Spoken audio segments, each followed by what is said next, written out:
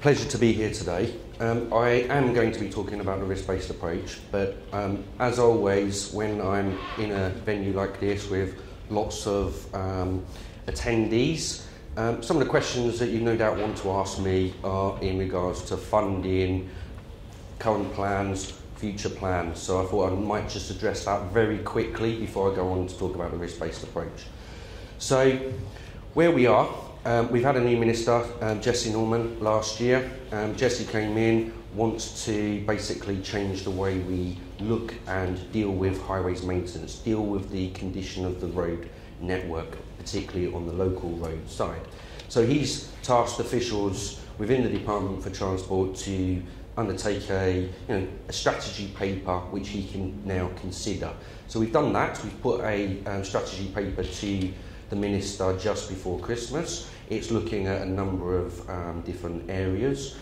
One area is innovation and technology. As you know, over the last couple of years, the department has been moving forward with innovation and technology, working with companies such as Geist in terms of the pothole spotter, the bridge cats, and other initiatives. So, one of the areas that we want to now look at is having a public-private partnership, working closely with highway authorities and the wider sector in terms of how we can introduce innovation and technology into the highways maintenance service. So that's something that we are looking at. Now, of course, as you know, we have some funding available through the Highways Maintenance Challenge Fund. One of the questions I get asked quite frequently is what's happening with the Challenge Fund. We are expecting to have a Challenge Fund. We're not entirely sure what that format will look like going forward. We've got 25 million in 18-19 and then 100 million from 19-20 and 2021. So basically we are working up details with the Minister at this moment in time. As I said, I would suspect some of that money will go to innovation and testing out new materials, new machinery on networks. So watch this space. We also, just before Christmas, as part of a announcement where we allocated 46 million to highway authorities, like a share of that money for repairing potholes or stopping them forming. We also launched the next round of the incentive element. So we've asked for self-assessment questionnaires to be submitted back to the department by the 2nd of February, by I think it's 23:59 on the 2nd of February. We will then do the analysis, and actually we will then confirm all funding going forward for 18-19 as part of the announcement, as well as the bandings from authorities. But what I would say is actually we have seen a really remarkable progress by highway authorities in terms of adopting the asset management approach and actually embracing the incentive element, which is very good news. Of course, we want continuous improvement. Now, I have mentioned previously, I've been doing a few presentations on the circuit, and I will say it here today. Of course, as part of continuous improvement, when everyone gets to a band 3, what do we do next? And that's definitely a question that the department is considering at this moment. Do we introduce an extra level of band 4? And of course, that's something that ministers will no doubt need to consider over the coming months. As I said, we're going to firm up for the 18-19, but from 19-20 onwards, we may consider introducing another band or changing some of the questions within the 22 questions within the self-assessment questionnaire. So again, it's up in the air. We are considering all of these options. But I think the key point I would say is Jessie Norman, as the Minister responsible for local roads and road condition, is keen to work with highway authorities, to work with the sector to improve the condition of the local road network.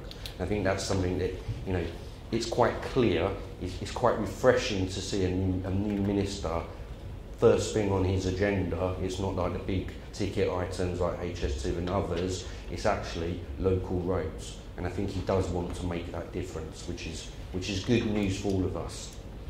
So I mentioned the incentive element, and of course asset management is a key part of the incentive element. And a risk-based approach is all part of the asset management approach and everything else. So the well-managed highway infrastructure code of practice basically was published in 2016. We decided, as part of the UK Roads Liaison Group, and the Department for Transport is a member of the UK Roads Liaison Group, in fact my director is chair of that group, we basically, I think it's worth me just saying now, well, why did we bring this new code of practice into being? Well, actually, it wasn't from the Department for Transport. The Department for Transport, as we know, the existing codes is a suite of codes. So there's one on lighting, one on bridges and structures, and one on highways. We was happy with that. It was just adding and topping up any new evidence. However, the sector came to us in 2010-11 and said, actually, budget constraints, austerity measures are kicking in. We can't actually live with these codes of practices. We want you, as a department and UK Roads Liaison Group, to undertake a review. And that's what we did. We decided to set up a steering group working with the sector. So there was highway authority organisations being represented on that steering group. There was London, the devolved administrations. This is a UK-wide code. So basically, we listened to the sector and said, actually, we're not going to do a full rewrite. So that wouldn't be sensible. It wouldn't be feasible because, of course, government were having austerity measures at the same time. So what could we do? So we actually looked at some of the fundamental areas where the highway sector said this is where we are having issues. So basically, we done a review. We worked with the sector. And actually, we came up with this new code of practice, well-managed highway infrastructure, which is actually, you see, it's very much, it's condensed. There's less of it in terms of if you add up, if you just look at what the current existing code of practice on well-maintained highways, 500 pages plus. That was unwieldy. We knew that, we understood that. So actually, by doing the code of practice, we've reduced it. We've basically put in links to link to other guidance. But asset management is a key theme running throughout this code of practice. So basically, what are the challenges? Well, of course, I'm sure you can tell me much more because you're doing this. I'm not. I'm sitting at my desk or standing here. I don't know. But the challenges that we see, and we see happening, is how do we get consistency across highway authorities, across boundaries? And this is a key area that we've said, actually, we want you to work with your neighbouring authorities. The risk is that you're going to have patchy networks, and we don't want to see that. And your customer, i.e. the road user, don't want to see that either.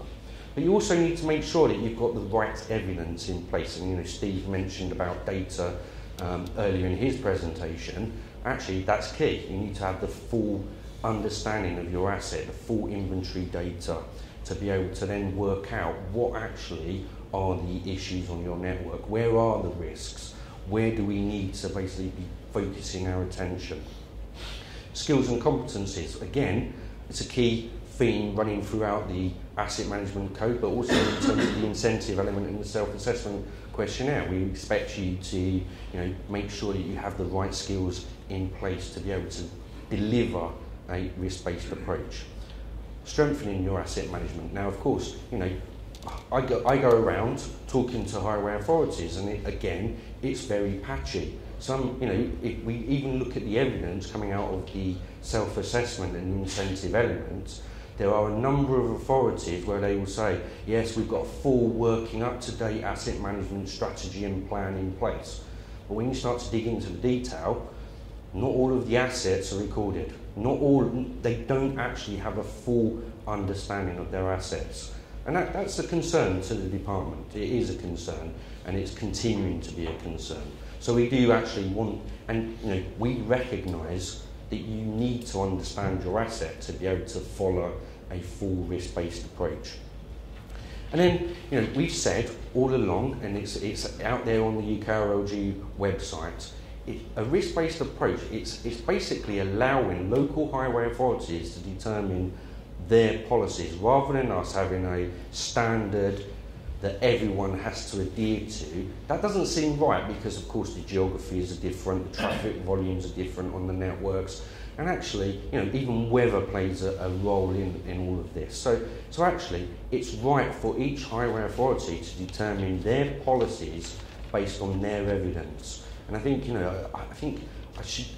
want to stress this, because actually, this is about you understanding your network, your geography, your road users, and actually making your policy fit to that. So we've said, and it's out there on the UKRLG website, that actually it's based on a risk-based approach, is based on your funding needs and priorities.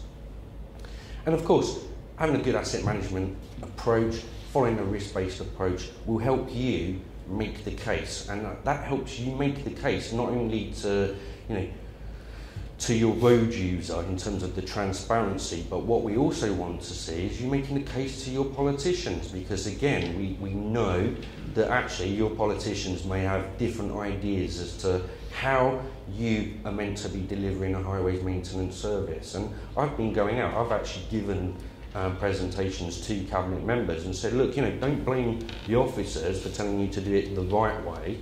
This approach is the right way, because you get the best cost value for money, cost effectiveness, efficiencies. And I'm happy to come out and talk to cabinet members, politicians, to say, this is why we want this approach to be adopted. But of course, there are other areas in terms of risk-based. So basically, and we've had quite a few, the feedback when we published the code of practice was, we don't like not having any standards. We want standards. Now, it's inconsistent messaging, because basically we was told you don't want standards, hence, you don't want gold plating, you've got to determine what you want as a highway authority, but then you say, yeah, but we want standards because we can hide behind those in the courts. Well, actually, we don't believe that's right. Actually, it's better for you to set your own standards. I will come on to this, because there's been quite a lot of court cases over the last few months, which actually have brought this out a little bit more. As I mentioned, local policy is based on local needs. So basically, it's about you determining what is right for your road user, what is right for your customer. And it helps them, so you can then build your own approach. This is what you need to do as a highway authority, as the officers, as the experts in the field. You can then shape your policies around all of the analysis and the data that you've collated, and you can then work out what actually is best for your service. Again, national standards replaced by local evidence base. Key, it's absolutely key, because actually, if you have a national standard, the risk in your network may be different to your neighbouring authority, and you need to just yes, you need to work with the neighbouring authorities, but you also need to focus on what is right for your area. And of course, we've always been saying this, transparency is key, because if you've got it all, you've got all of your evidence together, and you publish that evidence, then actually, in a court, you can actually refer back to that guidance that's published, that's on your website. You can then show, these are the standards that we've set, which we've agreed with our insurance companies, with our highway authority lawyers, and actually, it's open and transparent. So what should you be doing? Well, I don't need to really tell you this, so I'm going to very quickly go through this. So you need to review your highways maintenance policies, which no doubt everyone is actually busy doing right at this moment in time. Engaging with your legal and insurance colleagues. This is key. This is an area which no doubt you will hear a little bit about later on, in terms of some of the insurance companies have been coming to us and saying, well, actually, we are concerned that highway authorities are not liaising with their insurance companies. This could create a problem if we end up in a court. So actually, it's key that you work with your legal and insurance colleagues on this. Reviewing your network hierarchy, well, that's easy. It's definitely something that you should all be doing anyway.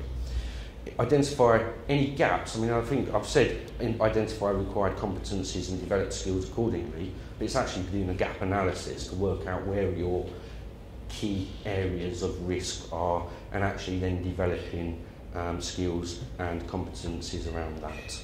And basically, you need to evidence and then actually justify how you come up with the decisions that you are going to be taking as part of the risk-based approach. And that's key.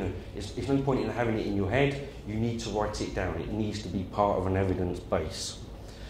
And you need to work in collaboration with others. You can't do this in silos. You have to work together, and that includes working with other authorities, and maybe, as I go on to say here, in terms of highway alliances.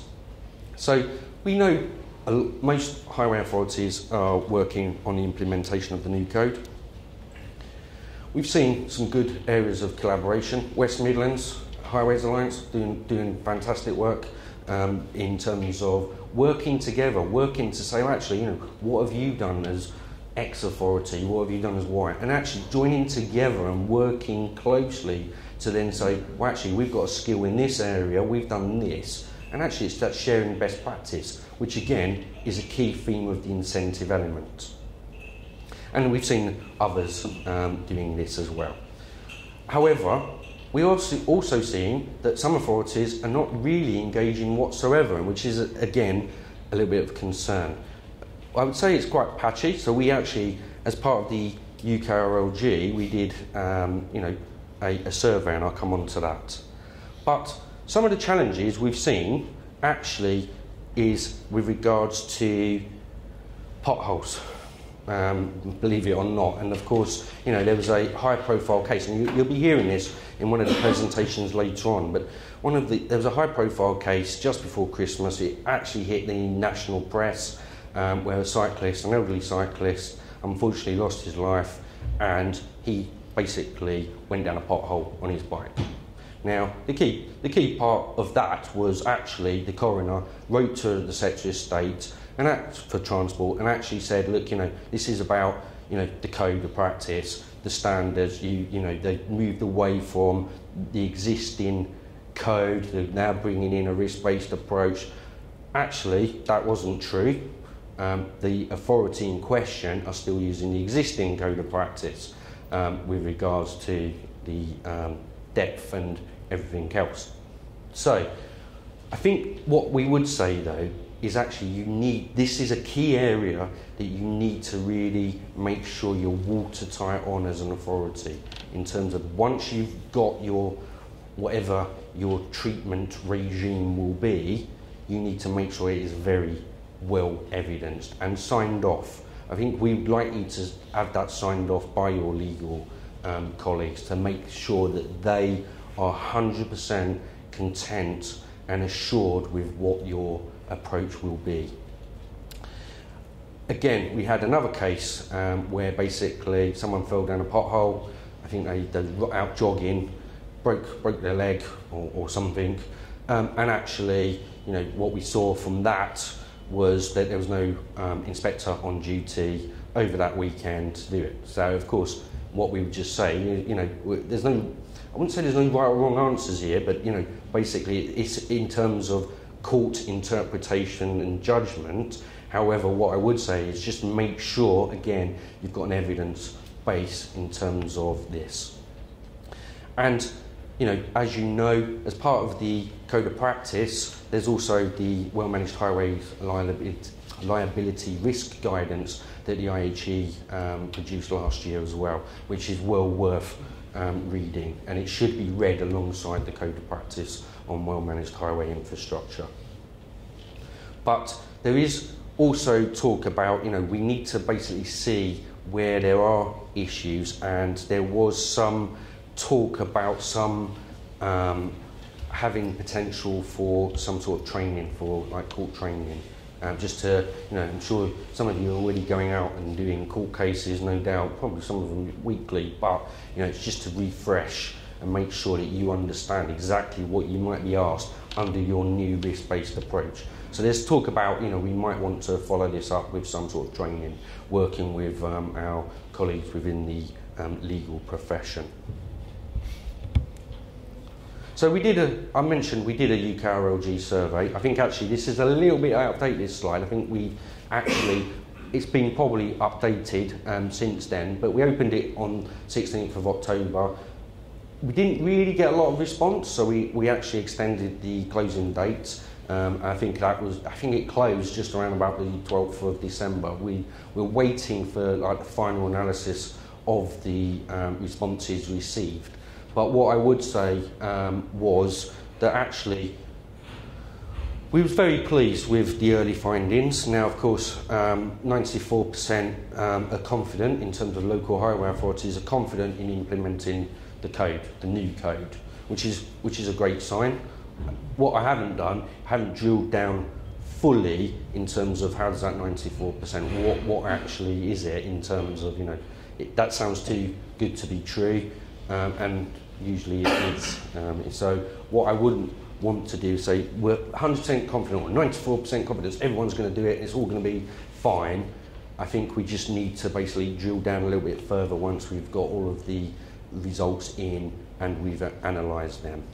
However, I think everyone does support the risk-based approach in terms of they agree it ties in very neatly with the work that we've done and the sector have done in embracing and adopting a highways asset management strategy. Now, we've also taken away from that 89% want to see a little bit more training, maybe some e-learning courses. So that's something that we're considering for the 18-19 financial year at this moment in time, working closely with UK Roads Liaison Group. And of course, we see here, 94% are reviewing services and processes, which we would expect. 91 are reviewing strategic documents, asset management policy. Now, we've always said, asset management, it's actually, it's a living document. The asset management plan and strategy, it is a living document. It's not something that you just publish, put on your shelf and then come back to in 5 years' time. It should be a living document because, of course, funding streams change over time as well. So, as part of any review of your funding, you actually should be reviewing your asset management strategy and document. It's encouraging to see that the asset inventory, data collection and work programme process is also being reviewed as part of the implementation of the risk-based approach. That's very encouraging. That's what we want to see. I would say that we would also want you to look at where your main risks are in terms of your risk sites on your networks as well. Again, that comes back to what we've been saying and encouraging through the various other documents, including the Transport Resilience Review, which one of the recommendations was looking at some of the high-risk issues on your network. So we would want you to see that as well. Good also to see collaboration with authorities. I think it goes back to what I said earlier in terms of highway alliances and working. I think we do want to see, only half from this snapshot at that time in terms of the survey, 50% working with legal teams. That's not good enough. I want to see 100% on that, really. And it's in your interest to do that. So, I would definitely encourage that. So, we've talked about this, and you're going to hear a lot more about this going forward throughout the day. But, data plus information plus knowledge. We've always said it. You've got good data, you've got good information, you've done the full analysis, you tied it in with your life cycle planning, everything else, deterioration modelling, equals good decisions. You can make better, more effective decisions, and actually that then goes back down in terms of your risk-based approach and how it then fits with your asset management strategy and actually your standards and treatment regimes, which again needs to be evidenced. So more data doesn't necessarily mean better outcomes, but actually it does. I would say, 9 out of 10, if you've got good data, and it's all about the data, it's all about how you use that data in the right effective way, but you will get a good outcome. And actually, you know, there's also, in terms of value for money, because you can then ensure that you've got a planned asset management approach. So what? So basically, you know, so what in terms of, we believe, you know, you can read it here, and that's key. You know, this is key. This is not just me saying that from the Department for Transport. That is from the UK Roads Liaison Group, and you know, that is from the sector. The new code offers those massive opportunities. It's for you to actually be tight into asset management, tight into incentive funding, ensure that basically you've got good asset management principles, but you've also got the levels of service for you as a highway authority. It is about you as the highway authority basically having your own approach to determining what's best for your networks, rather than us or having a general national approach. And I think actually, you know, I'm sure that, again, it'd be a mix. If I ask now, actually, how many support a risk-based approach? Some will, some won't. But you know, I think we're here. You know, we did get asked about a year ago, do we really want to follow this risk-based approach? Shouldn't we just go back to having standards? And definitely not. Definitely the answer is we're not going back to national standards. We are following a full risk-based approach. October 2018 is the deadline, and we would expect all highway authorities to adopt an approach by that time. What I would say, and this goes back to my point earlier about incentive elements and looking at bandings, as part of the consideration, of course, depending on where we are in October 2018 with highway authorities on the risk-based approach, if we're seeing actually some are not actually really have done too much and they've not adopted an approach, then there is consideration that we definitely will consider in terms of putting in either changing some of the questions or a different band, level 4 band, in terms of risk-based approach, because we are seeing this as it's key, and we want to make sure, you know, at the end of the day, you've got to stand up in a court and defend your policies and actions. So if we're not seeing that you've done that in a way, then actually, unfortunately, we will have to tie it in with our funding, as we did with the asset management approach. I'm quite happy to say that, you know, I'm happy to basically say, you know, be the bad guy within the room and say, you know, we will put funding, tie it in with funding to make sure that you all follow a proper approach.